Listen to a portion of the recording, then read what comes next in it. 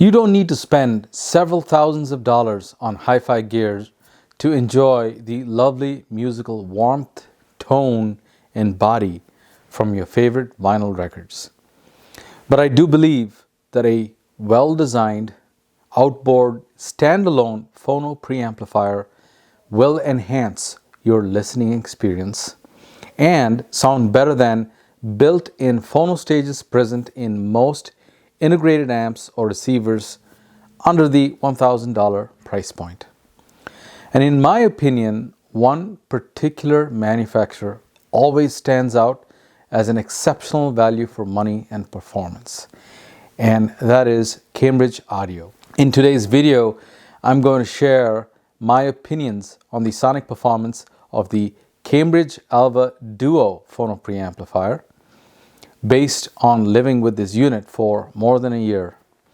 Please make sure you watch till the end for comparisons, not only with similarly priced phono stages, but also versus built-in phono stages of certain well-regarded integrated amplifiers and preamplifiers, and some cartridge matching tips.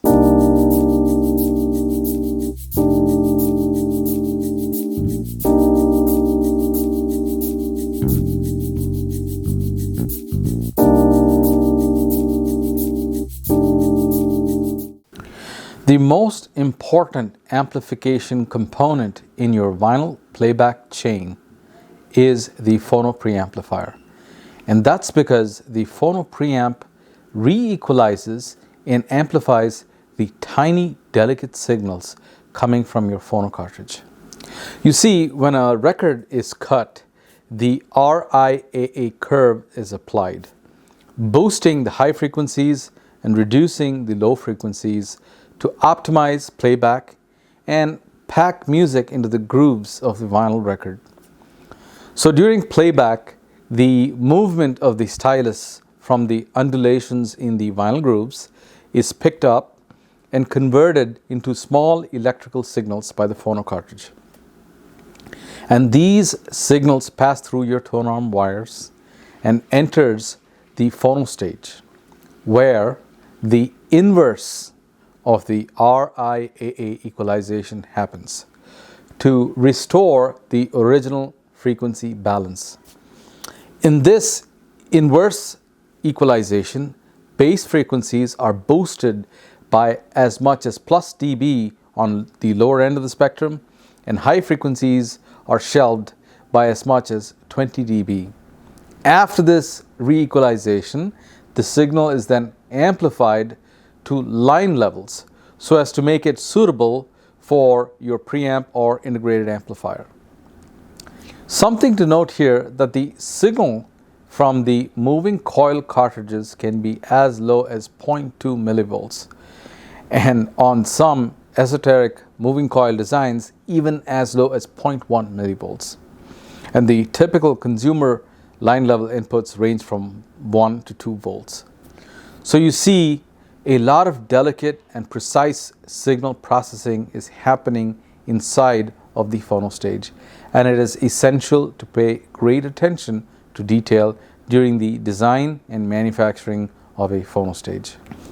And this Cambridge Audio Alva Duo phono stage seems to be ticking quite a lot of the musical and audiophile boxes for me at this price point. It retails for $350 USD new. The Alva Duo phono stage accepts both moving magnet and moving coil cartridges. If you will only ever use moving magnet cartridges and want to save money, there is also an Alva Solo model that is moving magnet only and costs about $230 USD. Moving magnet gain on the Alva Duo is 39 dB. Moving coil gain is a respectable 60 dB.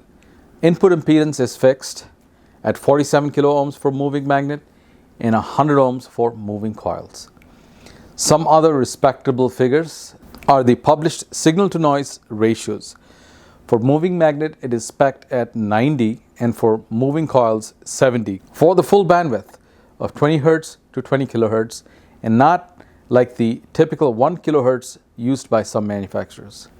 Inside the power supply is the high frequency switching mode type, which when designed well can actually be really good. Some of the very high-end chord electronic amps used in the recording industry have been using high frequency switching mode power supplies since the late 1980s.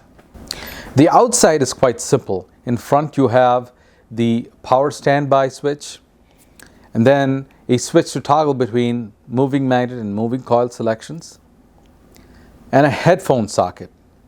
In the back you have separate inputs for moving magnet and moving coils,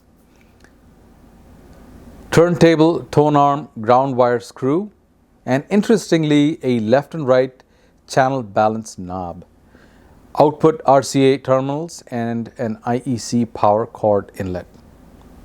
I did not test the unit with headphones as I do not have currently headphones for listening. I used the Alva Duo in my budget hi-fi setup consisting of the JBL TT350 turntable. Sometimes I swapped it out for the Riga Planar 1. Cartridges used were the Riga Carbon with the Riga P1 turntable, a Nagaoka MP110 or the Audio Technica VM95SH moving magnets, and also a moving coil, namely the Audio Technica OC9 XSL. Amplifier is a Jolita 3502 tube integrated. Speakers used were the budget conscious and overachieving Acoustic Energy AE100 Mark IIs, and sometimes the Tecton mini lowers. Now let's discuss how the Alva sounds with some album examples. First album is Jeff Beck's There and Back. This album was released in 1980. It's a rock album, all instrumental, has a jazz influence with outstanding killer guitar solos on almost every single track on here. Also, on a good vinyl playback setup, you can showcase your hi-fi system's tone and dynamic range capability using this record. The tracks alternate between being fast-paced and relaxed. Some amazing keyboards, drumming, and bass guitar licks on this album. Star Cycle is the first track, and it's explosive sounding in a really exciting sense. With the Alva Duo Phono stage, the onslaught of keyboards, guitar solos were reproduced with excellent coherency, beautiful tone, and the reverb, tails, and harmonics from the keyboards and the drums sounded rich and detailed. Apart from the excellent rocking guitar solos on here, the songs Too Much to Lose, You Never Know, and The Pump have some amazing bass guitar work that is timed so well with the drumming that it pressurizes the room with tactile bass, provided your speakers are capable of it, of course. The Alva Duo is capable of delivering some juicy bass present in the vinyl grooves. Nice balance of warmth and impact. Next up is Bob Dylan's Desire. This album was released in 1975. Such a musical treat. Love the lyricism on the first track called Desire. The song captures and conveys emotions of despair, suffering, and injustice. The song is fast-paced and vocal delivery is rapid in the usual Dylan style. But the lyrics are easy to follow, very intelligible, and very clearly reproduced by the Alva Duo. The tone and the dynamic contrasts of the violin is also done really well. Quite moving, but infused with urgency, the way Dylan sings us the story of the boxer Reuben Hurricane Carter, a must listen. And the vocals by Dylan and Emmylou Harris sound amazing on the tracks One More Cup of Coffee Before I Go and the song Oh Sister. I'm really impressed by the imaging of both male and female vocal reproduction from this budget-priced Alva Duo. The rest of the songs are really enjoyable as well. One of my favorite Dylan albums, if not my best one. Next up is Ron Carter's Uptown Conversation. excellent jazz album, and it's been recorded and mastered really well. Some well-known jazz superstars on here as well. Ron Carter, of course, on the upright bass, Hubert Laws on flute, Herbie Hancock on piano, and Billy Cobham on drums.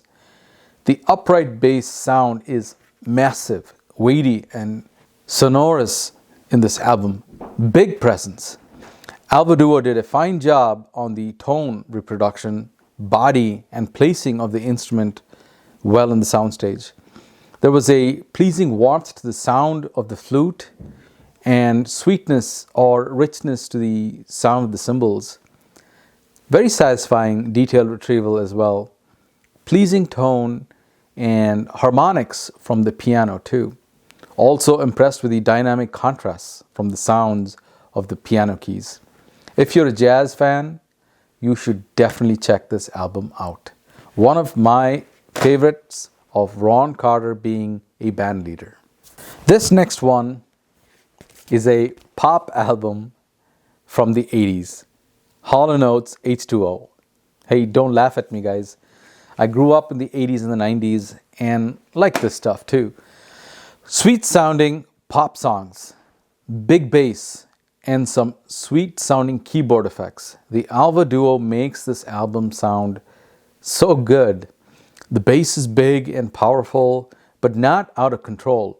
Tight and nicely articulated. Decently nuanced tone and textures conveyed with chest pounding bass. The track One on One is an example of that big sounding but controlled bass. Another track called Open All Night has some expansive sounding keyboards, and the harmonics rendered make it 3D sounding. Nicely done via the Alva Duo. So let's talk about some comparisons.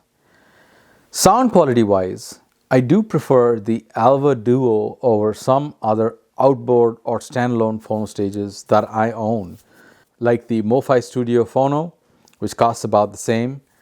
I also like the Alva better than the iFi Zen Phono and the Schiit Mani. Interestingly, this Cambridge Audio Phono sounds warmer, more fleshed out, and yet a bit more expressive in terms of instrument textures and dynamic shading. Sounds weightier in the bass as well. Now, compared to built-in phono stages in integrated amps, I do like this Alva's performance a bit more than Riga Brio's built-in phono. It seems to have a slightly more expressive top end, but it's equal in terms of bass and dynamics to the Riga Brio's built-in phono.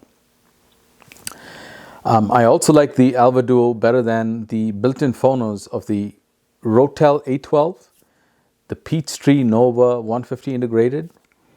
The Alva is fuller and bigger sounding, but the Alva falls back a bit when compared to the built-in phonos of more costlier integrateds like the Riga Elex R or the built-in phono in the Musical Fidelity M6 Pre. But that's expected as these units cost significantly more. But at this price, this little Phono Preamp is unbeatable for the money at the moment, unless I stand corrected by experiencing something else similarly priced. Frankly, I have not heard any phono stage sounding this good and this fleshed out at this price range of $350 USD. Note though, I'm not saying that this Cambridge Audio Alva Duo is a giant killer of a Phono Preamp or anything. As you step up into phono stages like the Musical Fidelity Max Vinyl, MX Vinyl, which is about $800 USD, it's more than double the price of the Alva Duo. You start hearing more tonal realism, resolution, and dynamics, provided, of course, your speakers are up to it. Match this with cartridges from Audio-Technica like the modestly priced but overachieving VM95SH moving magnet, or even the excellent OC9 XSL moving coil, and you're in for an exciting vinyl playback experience. Also check out my videos on cheap but great sounding hi-fi records. And let me know in the comments what other phono stages you may have considered purchasing around the $300 price range.